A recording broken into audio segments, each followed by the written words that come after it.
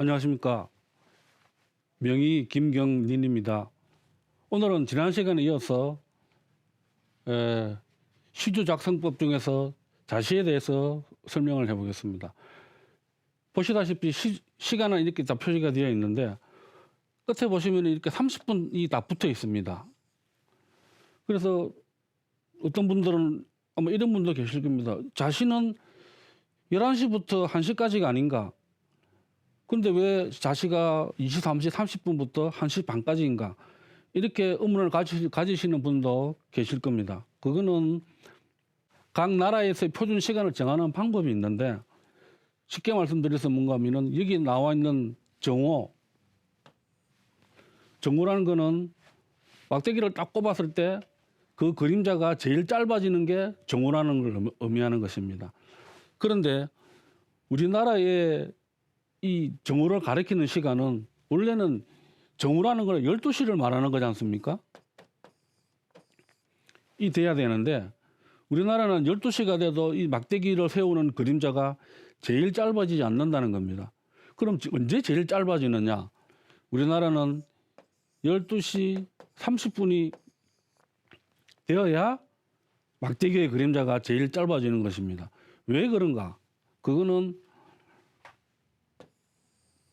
지구가 이렇게 있으면은 지구가 좀 못생겼지만은 이렇게 했을 때 이걸 갖다 이렇게 다 쪼개면은 이렇게 쪼갰을 때 이게 360도가 되는 것입니다. 그럼 이게 한 바퀴 돌면은 하루가 되겠죠. 그러면은 나누기 24를 하면은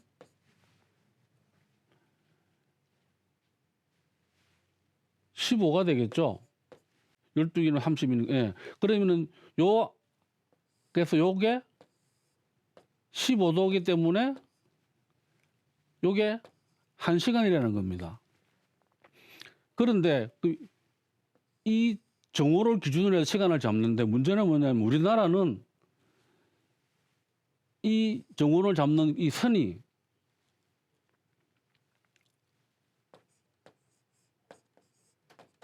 (127도 30분) 아니고 동경 135도를 기준으로 해서 시간을 정하는 것입니다. 그런데 이 135도는 어디를 지나고 있느냐면은 우리나라를 지나는 게 아니라 일본의 남쪽에 있는 어떤 지방을 지나는 거로 파악되고 있습니다. 그러면은 그 시간은 뭐냐면 일본의 기준 시간인 겁니다. 쉽게 말해서 우리나라는 일본의 정오를 잡는 걸 가지고 똑같이 쓰고 있는 겁니다. 그런데 현실적으로 그쪽하고 우리하고는 30분의 차이가 나는 것입니다. 이런 연유로 보시다시피 우리나라는 30분을 더해야 그게 자시가 정확하게 되는 겁니다. 11시지만은 실제로는 11시 반이 돼야 11시가 되는 겁니다. 마찬가지로 정오도 12시가 돼야 정오가 되는 게 아니고 12시 반이 되어야 우리나라는 정오가 되는 겁니다. 그래서 이 시간이 다 그렇게 붙어 있는 것입니다. 그러면 왜 우리나라는 135도를 안 잡고 127도 30분을 잡았느냐? 그거는 뭐 여러 가지 이유가 있지만은 뭐 굳이 여기서는 제가 말씀 안 드려도 될 것 같으니까 설명을 생략하도록 하겠습니다.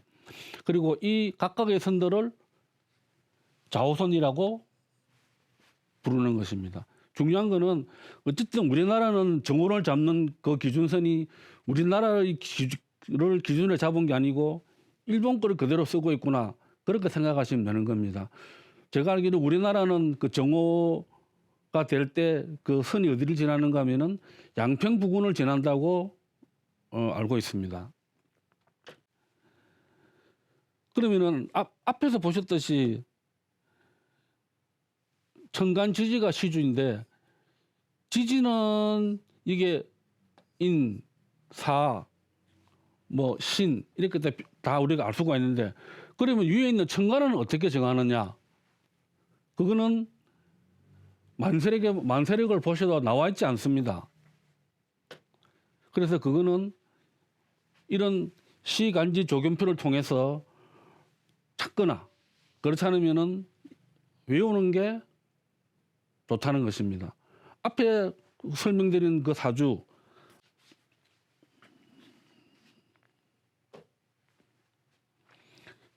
2007년 3월 20일 13시 15분에 출생한 분의 사주는 아까 그분이 연월 일시 중에서 1에 해당하는 부분이 천간이 개였습니다. 개. 그리고 그분이 태어난 시간이 오시였습니다. 오시. 그러면 쭉 가면은 이게 무라고 표기되어 있습니다. 무호. 그래서 그분이 시주가 무호가 된 겁니다. 무호. 그래서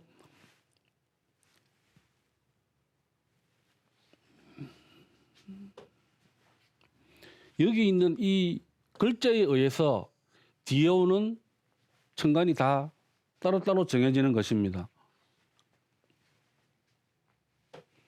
그럼 예를 들면은 아까 거기 있던 일간, 연월 일의 일간이겠죠. 일간이 예를 들어서 임이라는 글자가 있었다. 그런데 그 사람이 출생한 시간이 술시였다. 그러면은 경술, 시주는 경술이 되는 것입니다. 그런데 이 시간지 조건표를 암기를 하시거나 그렇지 않으면 이걸 꼭 메모를 하셔가지고 사주 작성하실 때 참고를 하시면은 뭐 손쉽게 작성하실 수 있을 겁니다. 그래서 지금까지 저희 공부한 거는 명리학의 이해에서 가장 기본이 되는 개념을 이해하시고 또 가장 기본적인 용어인 천간지지, 그다음에 연월일주를 공부하셨고 사주가 뭔지, 팔자가 뭔지, 사주랑 팔자랑 똑같은 거구나 이렇게 보시면 되는 것이고, 그러면 그 사주 팔자에 나와 있는 천명을 해석하는 게 사주 명리학이구나, 그거를 오늘 배우신 겁니다. 그러면 다음 시간에는 그럼 도대체 음양오행이 뭔지에 대해서 한번 알아보도록 하겠습니다. 자, 두 번째 시간인데 음양오행설이란 무엇일까에 대해서 알아보도록 하겠습니다. 아마 음양오행이라는 말을 안 들어보신 분은 거의 없을 겁니다. 흔히 우리가 뭐 술자리 가도 우스갯소리로 뭐 음양이 맞지 않다 이런 식으로 말하고, 뭐 어디 가더라도 뭐 양이 너무 많아가지고 기운이 넘치네 뭐 이렇게 말씀하시는데, 그럼 음양오행설은 뭔지 한번 알아보도록 하겠습니다. 먼저 음양의 유래 및 의의부터 알아보면은, 음양의 의미는 저기 적어놨지만은 산의 응달, 양달을 가리키는 것이었는데, 뒤에 설문해자에 보시면은 음은 어둡다는 의미, 강의 남쪽, 산의 북쪽이고 양은 높고 밝다는 의미였습니다. 그런데 이 음양의 의미가 시대가 지나면서 변천이 돼가지고 어떻게 되어버렸냐, 모든 현상을 양분하는 철학적 범주로 사용이 되었고, 여기가 더 플러스 되어서 모든 변화의 원인이 되었다는 겁니다.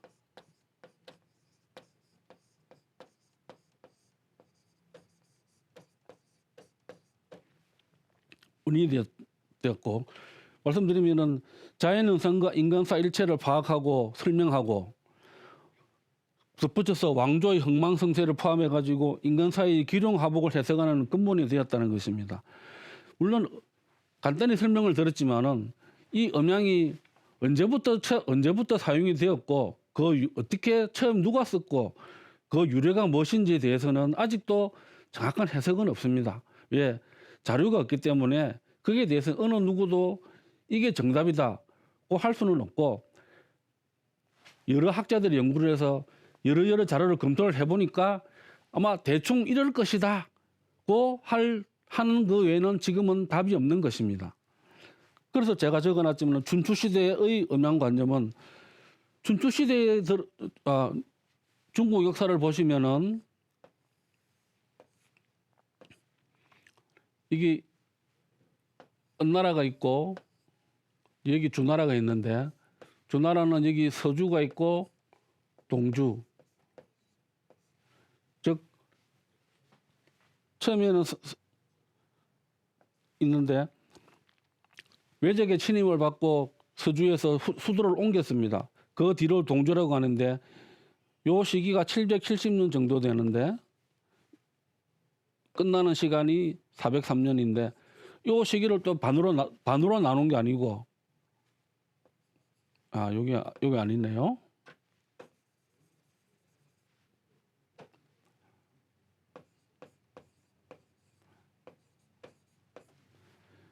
요 시기를 춘추시대라 그러고 요 시기를 전국시대라 그러는데 전국시대가 끝나는 거는 진시황이 천하를 통일해서 결국은 전국시대가 끝나는 거고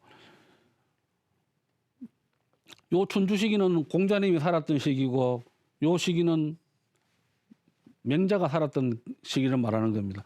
그럼 이 춘추 시대의 음양은 뭐였느냐?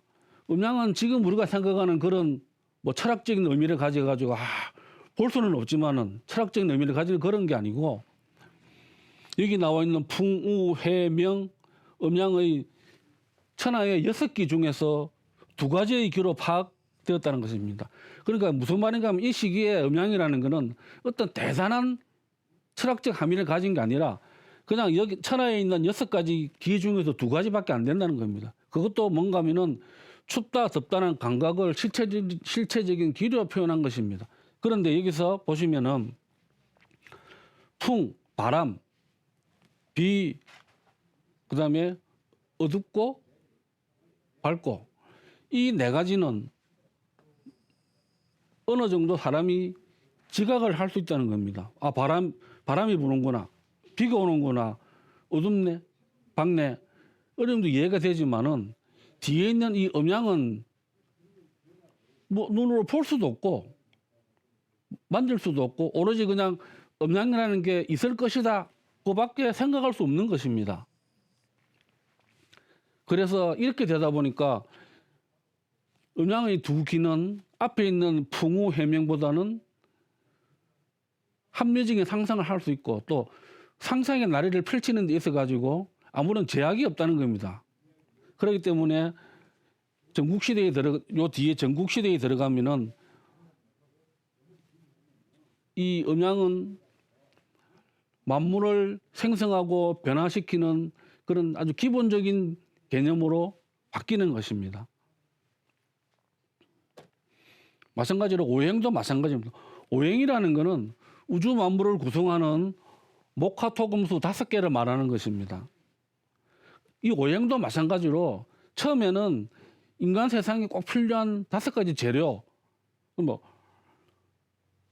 생활에 꼭 필요한 거 목화토금, 토에서는 곡식이 나죠. 금은 쇠붙이, 물 이런 인간 생활에 꼭 필요한 5가지 재료를 말하는 게 있다는 겁니다. 그런데 이 기가 각각의 특유한 기가 우주 만물의 존재와 작용의 유래를 설명하는 데 사용하였고 또 이 각각의 기운이 서로 합하고 또 서로 부딪히는 과정에서 우주 만물의 생성, 쇠퇴, 소멸, 반복을 거쳐 발전한다.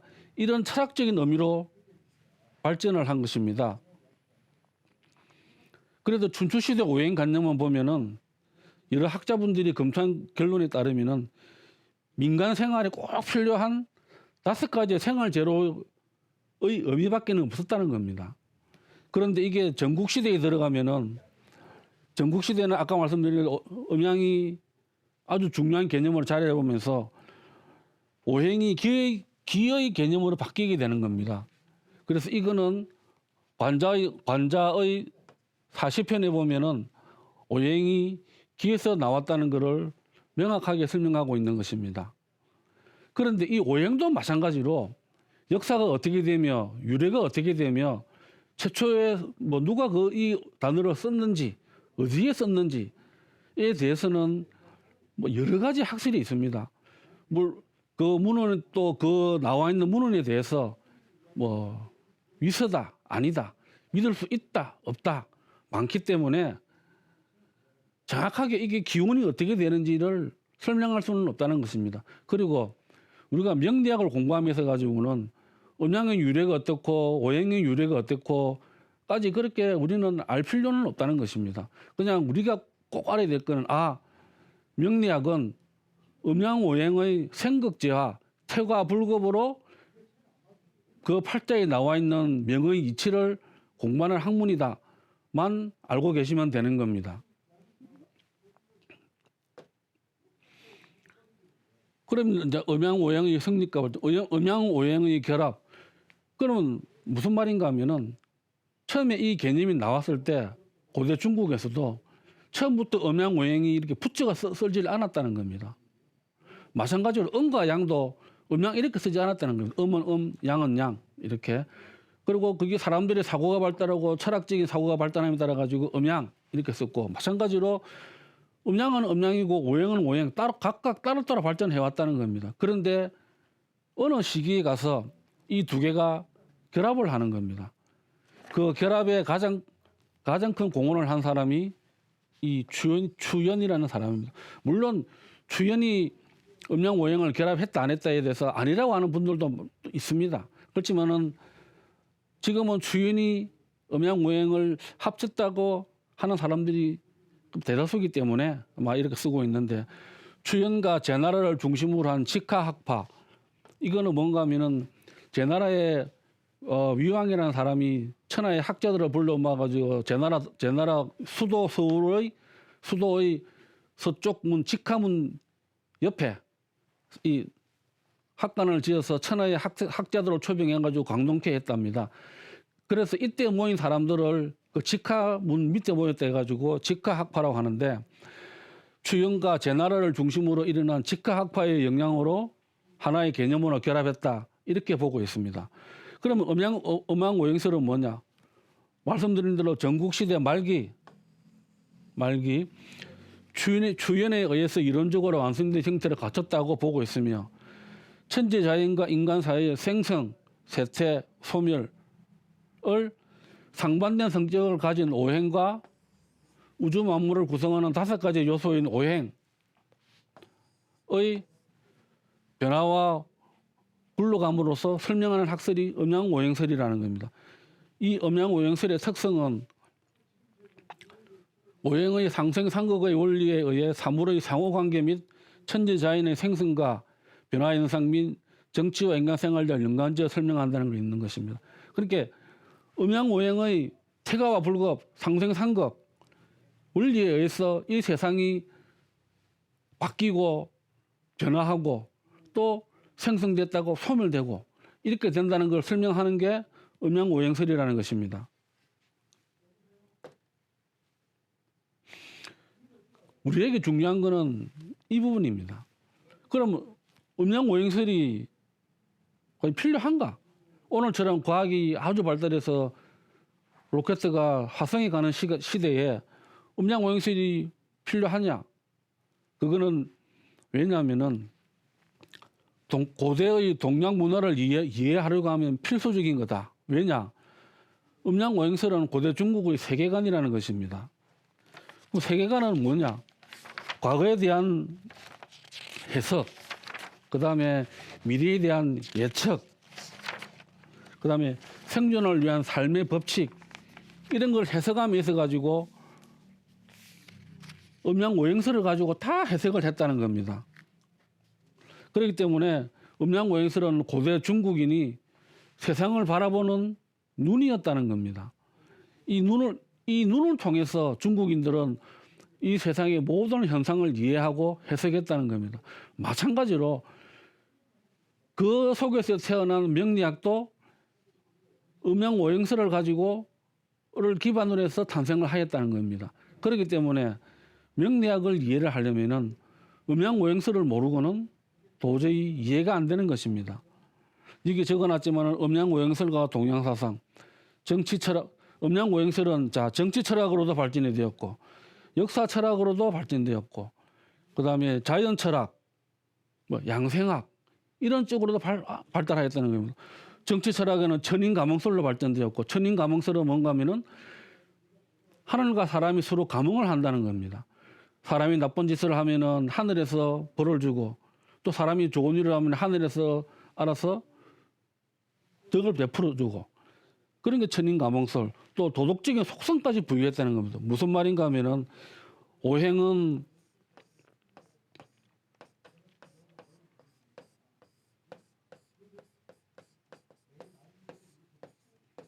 이 목과 토금수가 있는데 도덕적인 소송을 여기는 우리가 흔히 말하는 인의 예지신 여기는 인을 부여하고 여기는 의를 부여하고 여기는 예의 여기는 지혜로움 토는 믿음 신 이런 식으로 오행에 각각 인의 예지신 이렇게 부여하고 또 오상도 부여하고 다 그런 식으로 했다는 겁니다.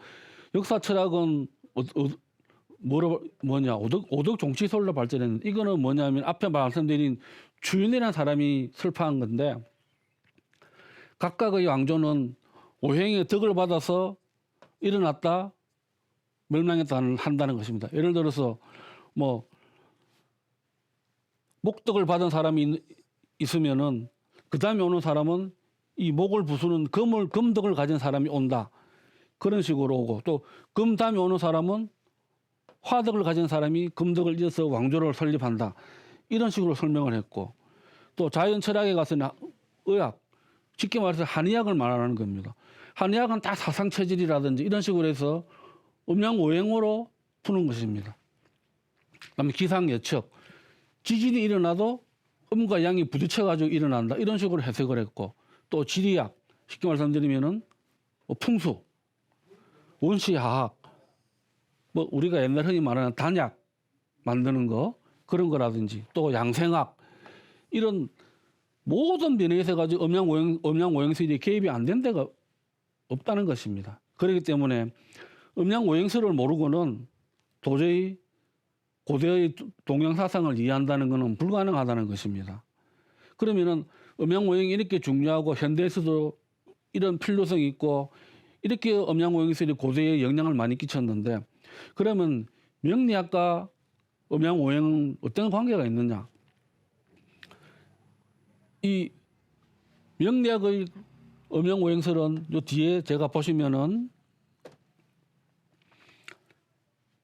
말로 설명하는 것보다는 십천간 십이지지를 분류를 해보면은 음양오행을 쉽게 이해하실 수 있습니다.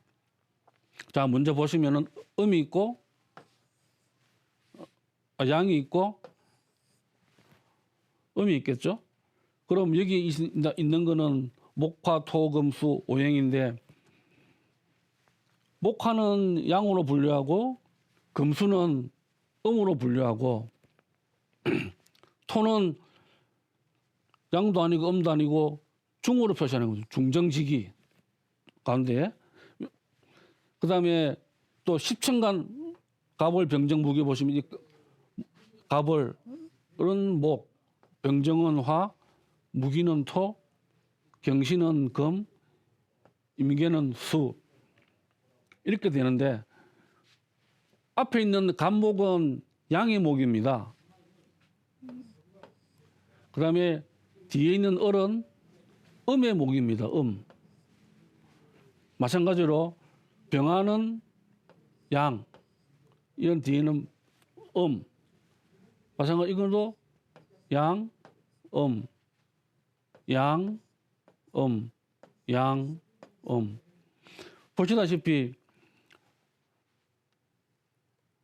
음양이 있고 오행이 있으면 또 음양은 오행으로 풀 수가 있고 이 오행 속에 또 음양이 들어있는 겁니다. 이런 식으로. 그렇기 때문에 음양은